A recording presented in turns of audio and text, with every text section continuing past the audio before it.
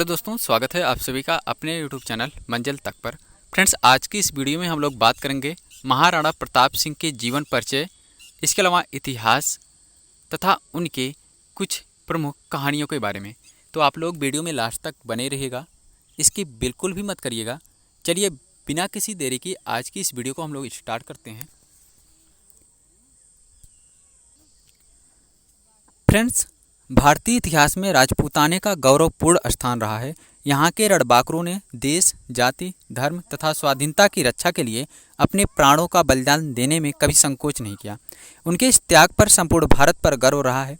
वीरों की इस भूमि में राजपूतों के छोटे बड़े अनेक राज्य रहे, जिन्होंने भारत की स्वाधीनता के लिए संघर्ष किया।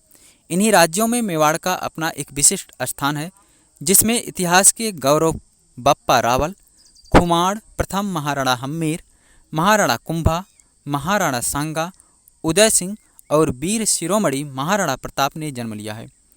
सवाल यह उठता है कि महानता की परिभाषा आखिर है क्या? अकबर हजारों लोगों की हत्या करके महान कहलाता है और महाराणा प्रताप हजारों लोगों की जान बचाकर भी महान नहीं कहलाते हैं। दरअसल हमारे देश का इतिहास अंग्रेजों और कम्युनिस्टों ने लिखा है। उन्होंने उन लोगों को महान बताया जिन्होंने भारत पर अत्याचार किया था, जिन्होंने भारत पर आक्रमण करके उसे लूटा, भारत का धर्मांतरण किया और उसका मान मर्दन कर भारतीय गौरव को नष्ट किया। मेवाड़ के महान राजा महाराणा प्रताप अपने पराक्रम और शौर्य के लिए पूरी दुनिया में मिसाल के तौर पर जाने जाते हैं। एक ऐसा राजपूत सम्राट जिसने जंगलों में रहना पसंद किया, लेकिन कभी मुगलों की दास्तां स्वीकार नहीं की। उन्होंने देश, धर्म और स्वाधीनता के लिए सब कुछ न्यौछावर कर दिया।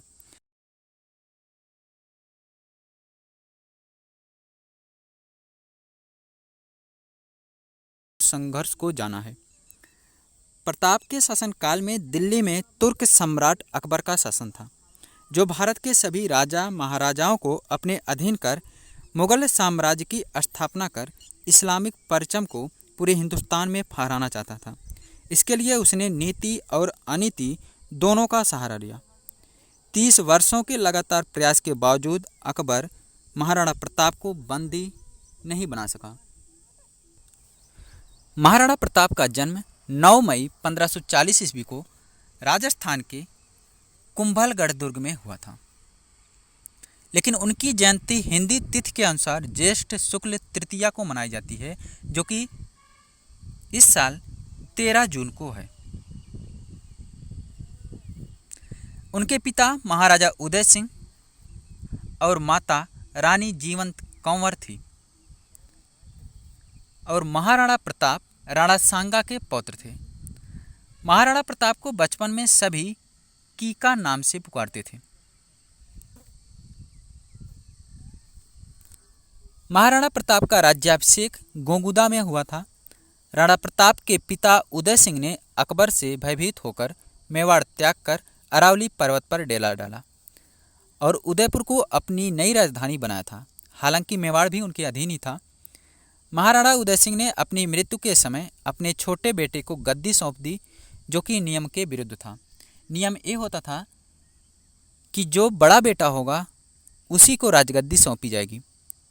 किस कारण से इन्होंने छोटे बेटे को राजगद्दी सौंपी, इसका रीजन आपको आगे पता चल जाएगा। उदय सिंह की मृत्यु के बाद राजपूत सरदारों ने मिलकर 1 मार्च 1576 को महाराणा प्रताप को मेवाड़ की गद्दी पर बैठाया। उनके राज्य की राजधानी उदयपुर थी। राज्य सीमा मेवाड़ थी। 1568 से 1597 तक 1568 से 1597 ईस्वी तक महाराणा प्रताप ने शासन किया। उदयपुर पर यवन तुर्क आसानी से आक्रमण कर सकते हैं, ऐसा विचार कर तथा सामंतों की सलाह से महाराणा प्रताप ने उदयपुर छोड़कर कुंभलगढ़ और गोंगुदा के पहाड़ी इलाकों को अपना केंद्र बनाया। महाराणा प्रताप उदयपुर मेवाड़ में सिसोदिया वंश के राजा थे। उनके कुल देवता एकलिंग महादेव हैं। मेवाड़ के राजाओं के आराध्य देव एकलिंग महादेव का मेवाड़ के इतिहास में बहुत महत्व है। एकलिंग महादेव का मंदिर उदयपुर में स्थित है। मेवाड़ के संस्थापक बप्पा रावल ने 8वीं शताब्दी में इस मंदिर का निर्माण करवाया और एकलिंग की मूर्ति की प्रतिष्ठापना भी की। उदय सिंह को अपनी समस्त रानियों में से भटियानी रानी पर सर्वाधिक प्यार था। इसी कारण उन्होंने भटियानी रानी के पुत्र जगमल सिंह को प्रताप सिंह पर वरीयता प्रदान कर अपना उत्तराधिकारी घोषित किया था। समझ में आया कि उन्होंने जगमल सिंह को क्यों राजा बनाया था। तो फ्रेंड्स, महाराणा प्रताप के पिताजी अपनी समस्त रानियों में भटियानी रानी को सर्वाधिक प्यार करते थे। इसी कारण उन्होंने उसके पुत्र जगमल सिंह को राजगद्दी सौंपी थी। महाराणा प्रताप को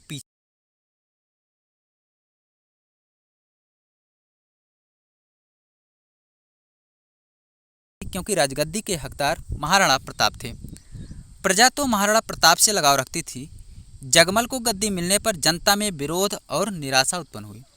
जगमल ने राज्य का शासन हाथ में लेते ही घमंडवश जनता पर अत्याचार करना शुरू कर दिया। जगमल बेहद डरपोक और भोगी विलासी था। यह देखकर राणा प्रताप जगमल के पास गए और समझाते हुए कहा कि अत्याचार करके अपनी प्रजा को असंतुष्ट मत करो।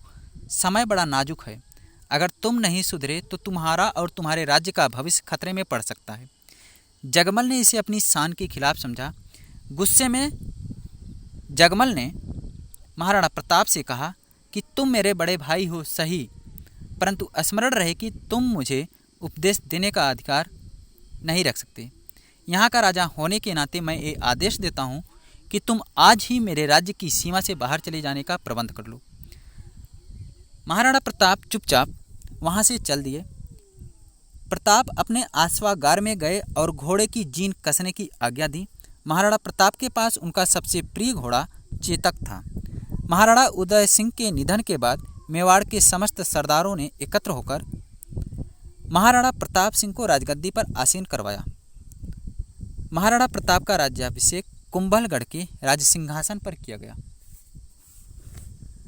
उधर जगमल सिंह नाराज होकर बादशाह अकबर के पास चले गए और बादशाह ने इनको जहाजपुर का इलाका जागीर में प्रदान कर अपने पक्ष में कर लिया। इसके पश्चात बादशाह अकबर ने जगमल सिंह को सिरोही राज्य का आधा राज्य प्रदान कर दिया।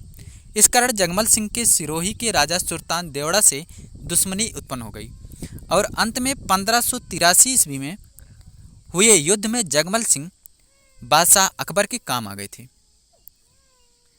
जिस समय महाराणा प्रताप सिंह ने मेवाड़ की गद्दी संभाली, उस समय राजपूताना साम्राज्य बेहद नाजुक दौर से गुजर रहा था। बादशाह अकबर की क्रूरता के आगे राजपूताने के कई राजाओं ने अपने सर झुका लिए थे। कई वीर प्रतापी राजवंशों के उत्तराधिकारियों ने अपनी कुल मर्यादा का सम्मान भुलाकर मुगलिया वंश से वैवाहिक संबंध भी स्थापित कर लिए थे। कुछ स्वाभिमानी राजघरानों के साथ ही महाराणा प्रताप भी अपने पूर्वजों की मर्यादा की रक्षा हेतु अटल थे और इसलिए तुर्क बादशाह अकबर की आंखों में वे सदैव खटका करते थे। महाराणा प्रताप जिस घोड़े पर बैठते थे वह घोड़ा दुनिया के सर्वश्रेष्ठ घोड़ों में से एक था। महाराणा प्रताप तब 72 किलोग्राम का कवच पहनकर 81 किलोग्राम का भाला अपने हाथ में रखते थे। भाला और कवच सहित ढाल, तलवार वजन मिलाकर कुल 208 किलोग्राम को उठाकर वे युद्ध लड़ते थे। सोचिए तब उनकी शक्ति क्या रही होगी। इस वजन के साथ रणभूमि में दुश्मनों से पूरा दिन लड़ना मामूली बात नहीं थी। अब सवाल यह उठ सकता है कि जब वे इतने शक्तिशाली थे तो अकबर की सेना से वे 2 बार पराजित क्यों हो गए। तो इस देश में जितने भी देशभक्त राजा हुए हैं उनके खिलाफ उनका ही कोई अपना जरूर होता है जो जयचंद का काम करता है। जयचंदों के कारण देशभक्तों को नुकसान उठाना पड़ता है। मेवाड़ को जीतने के लिए अकबर ने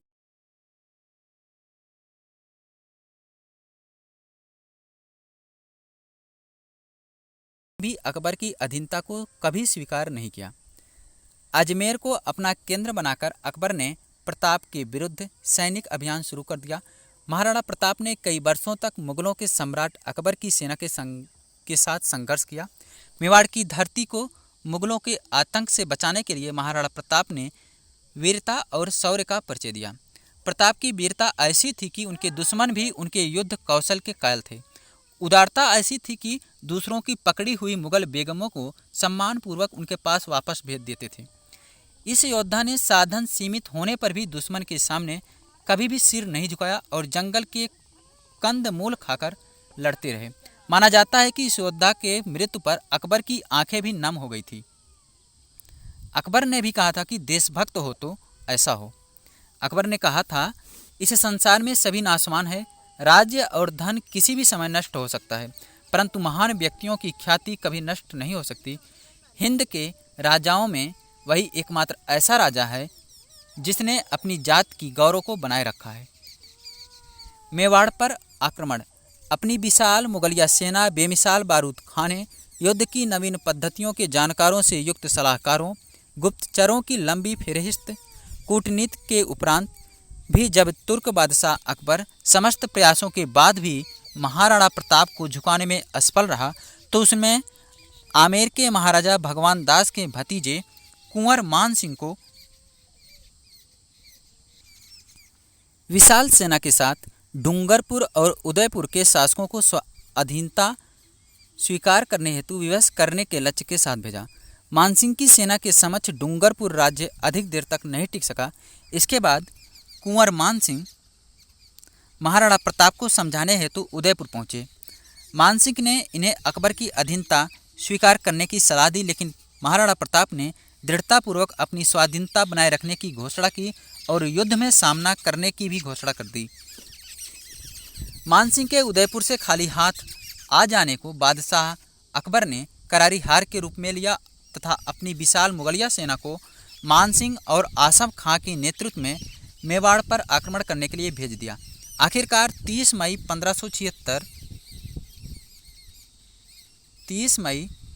1576 बुधवार के दिन प्रातः काल में हल्दी घाटी के मैदान में विशाल मुगलिया सेना और रणबांकुरी मेवाड़ी सेना के मध्य भयंकर युद्ध छिड़ गया। मुगलों की सेना टिड्डी दल की तरह मेवाड़ भूमि की ओर उमड़ पड़ी, जिसमें मुगल, राजपूत और पठान योद्धाओं के साथ जबरदस्त तोपखाने भी थे। अकबर के प्रसिद्ध सेनापति महावत खां, आसफ खां, महाराजा मान सिंह के साथ शहजादा सलीम जहांगीर भी उस मुगल वाहिनी का संचालन कर रहे थे, जिसकी संख्या इतिहासकार 80,000 से 1 लाख तक बताते हैं। इस युद्ध में महाराणा प्रताप ने अभूतपूर्व वीरता और साहस से मुगल सेना के दांत खट्टे कर दिए और अकबर की सैकड़ों सैनिकों को मौत के घाट उतार दिया। विकट परिस्थिति में झाला सरदारों के वीर पुरुष ने उनका मुकुट, महाराणा प्रताप का मुकुट और छत्र अपने सिर पर धारण कर निकल लिया, जिससे मुगलों ने उस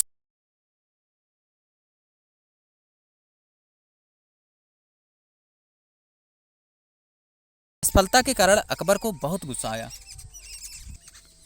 तब तुर्क बादशाह अकबर स्वयं विक्रम संवत 1633 में शिकार के बहाने इस क्षेत्र में अपने सैन्य बल सहित पहुंचे और अचानक ही महाराणा प्रताप सिंह पर धावा बोल दिया। प्रताप ने तत्कालीन स्थितियों और सीमित संसाधनों को समझकर स्वयं को पहाड़ी क्षेत्रों में स्थापित किया और लघु तथा छापामार युद्ध प्रणाली के माध्यम से शत्रु सेना को हतोत्साहित कर दिया। बादशाह अकबर ने स्थिति को भांपकर वहां से निकलने में ही समझदारी समझी। एक बार के युद्ध में महाराणा प्रताप ने युद्ध में अपने धर्म का परिचय दिया और युद्ध में एक बार शाही सेनापति मिर्जा खान के सैन्य बल ने जब समर्पण कर दिया था, तो उसके साथ ही शाही महिलाएं भी थीं। महाराणा प्रताप ने उन सभी के सम्मान को सुरक्षित रखते हुए आदरपूर्वक मिर्जा खान के पास पहुंचा दिया था। तो ऐसे थे महान वीर महाराणा प्रताप। बाद में हल्दी घाटी के युद्ध में करीब 20,000 राजपूतों के साथ महाराणा प्रताप ने मुगल सरदार राजा मान सिंह के 80,000 की सेना का सामना किया। इसमें अकबर ने अपने पुत्र सलीम जहांगीर को युद्ध के लिए भेजा था। जहांगीर को भी मुंह की खानी पड़ी और वह भी युद्ध का मैदान छोड़कर भाग गया। बाद में सलीम ने अपनी सेना को एकत्रित कर फिर से महाराणा प्रताप पर आक्रमण किया और इस बार भयंकर युद्ध हुआ। इस युद्ध में महाराणा प्रताप का प्रिय घोड़ा चेतक घायल हो गया था। राजपूतों ने बहादुरी के साथ मुगलों का मुकाबला किया, परंतु मैदानी तोपों तथा बंदूकधारियों से सुसज्जित शत्रु की विशाल सेना के सामने समूचा पराक्रम निष्फल रहा। युद्ध भूमि पर उपस्थित 22,000 राजपूत सैनिकों में से केवल 8,000 जीवित सैनिक युद्ध भूमि से किसी प्रकार बचकर निकल पाए। महाराणा प्रताप को जंगल का सहारा लेना पड़ा। महाराणा प्रताप के सबसे प्रिय घोड़े का नाम चेतक था। चेतक बहुत ही समझदार और स्थिति को पल में ही भाप जाने वाला घोड़ा था। उसने कई मौकों पर महाराणा प्रताप की जान भी बचाई थी। हल्दी घाटी युद्ध के दौरान प्रताप अपने पराक्रमी चेतक पर सवार होकर पहाड़ की ओर जा रहे थे। तब उनके पीछे 2 मुगल सैनिक लगे हुए थे। चेतक ने तेज रफ्तार पकड़ ली, लेकिन रास्ते में एक पहाड़ी नाला बह रहा था। युद्ध में घायल चेतक फुर्ती से उसे लांघ गया, परंतु मुगल उसे पार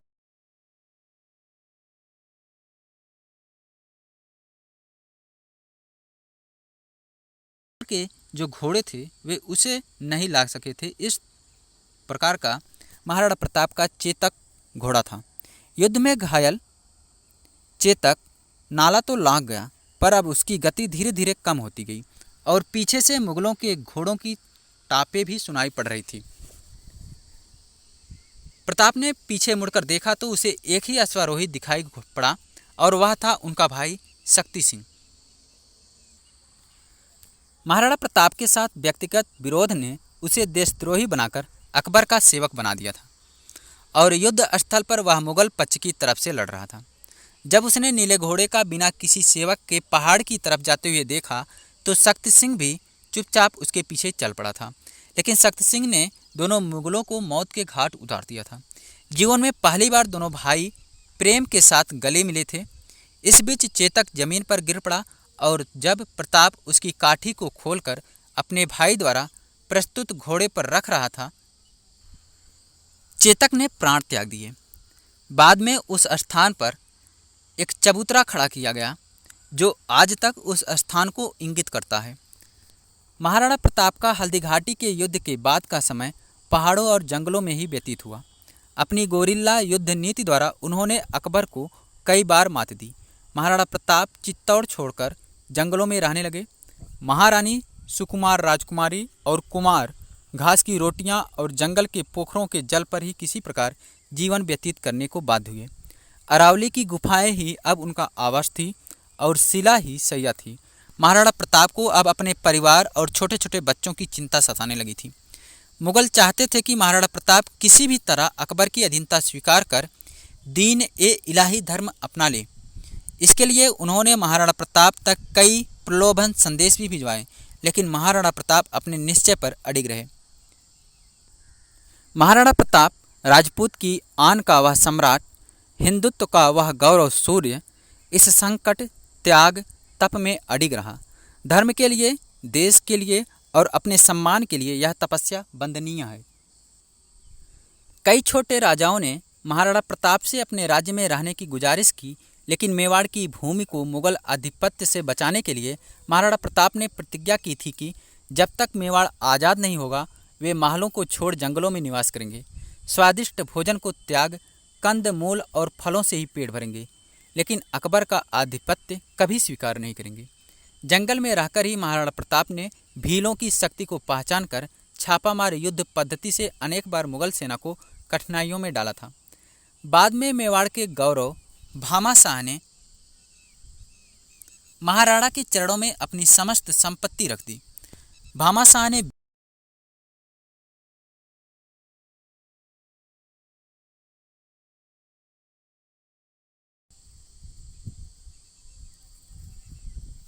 महाराणा प्रताप को भेंट में प्रदान किया।